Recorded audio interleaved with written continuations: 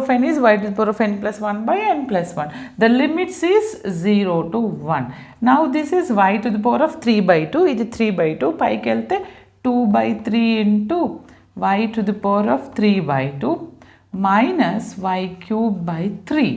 The limits is 0 to 1. Upper limit apply చేస్తే ఇది ఎంత వస్తుంది చూడండి. Is it visible? కనిపిస్తుందా? ఓకే, ఇక్కడ చేద్దామా ఈ పార్ట్లో. ఫైన్, చూడండి అప్పర్ లిమిట్ అప్లై చేస్తాను. ఇక్కడ రాస్తున్నాను 2/3 ఇంటూ అప్పర్ లిమిట్ అంటే 1 to the power of 3/2 అంటే 1 వస్తుంది, minus 1 to the power 1 cube by 3. Okay, minus of lower limit అంటే 0 అయిపోతుంది. ఓకే,